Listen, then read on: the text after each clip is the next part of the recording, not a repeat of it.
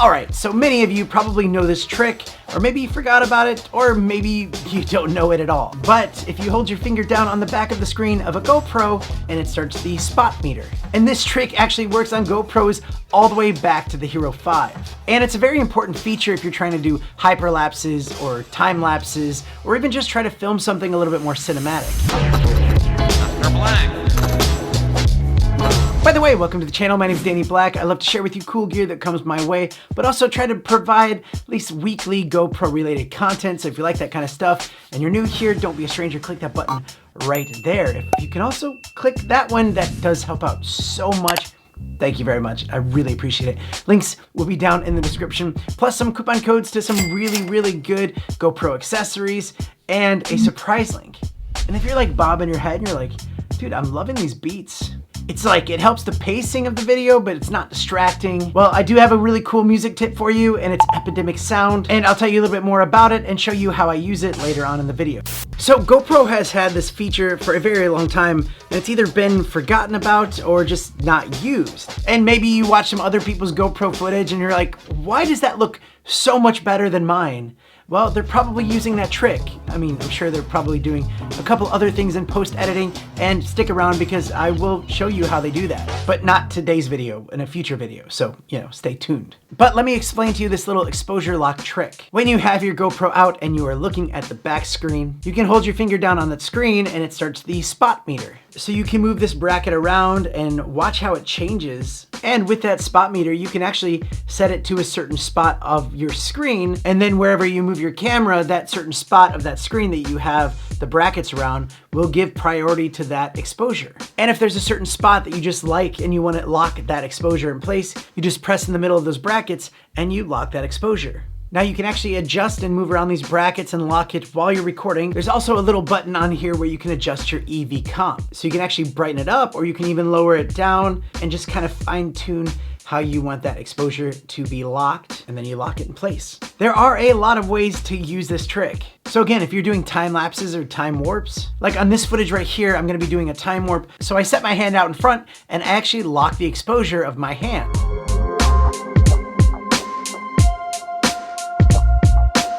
If I didn't lock the exposure, it would actually be flickering a lot more, because when you go through trees or when you go under tunnels and stuff like that, when you go into those dark areas and come out of that, it overexposes it too quickly. So when you have these time lapses or time warps, you'll see a lot more flickering of light. And when you're just filming, maybe there's a bright light or a sunset around. When you pan over to that sunset real quick, you'll see it overexposed, but you can actually lock it on. So when you pan over to it, it'll be locked and ready to go.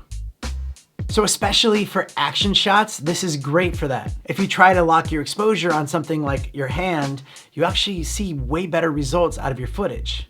And if you're just trying to get way more cinematic with your GoPro, this is definitely something to play around with to get good at and fine tune your shots, so that you're not relying on auto. You can just set it up manually and use the spot meter and just make it a lot more cinematic. So if you do have a GoPro from the Hero 5 until now, take it out, give it a try, play around with it, and just test out your footage and just see what works for you. And real quick, let me just tell you about the background music that you're listening to right now. Now, I've actually been using Epidemic Sound for my videos for over 2 years now. Not only do they have a song library of 35,000, but they also have a ton of sound effects that you can easily search for. And they also do add new songs and new sound effects every week, which is 100% royalty free, which means you don't have to worry about your videos getting demonetized or getting copyright strikes. And this is not just like an ad, this is something that I've been using for over 2 years. And to me, what sets Epidemic apart from all of the others is that you can actually download all of the instruments of a song separately. Anytime that I'm talking and showing you products, I download the instruments and I just use a drum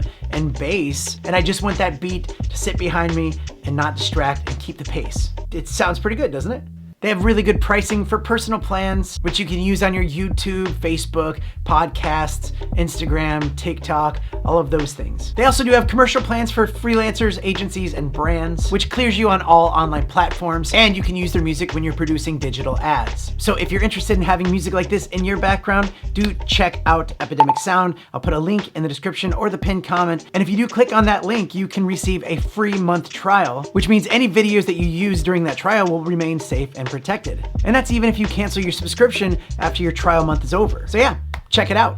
And there we go. That's my video about the most underrated GoPro feature that a lot of people don't know about or they just forget about. I'm looking forward to seeing what you can do with it, but that's it for me today, and new GoPro videos every week on this channel, so stay tuned. I'll see you next time.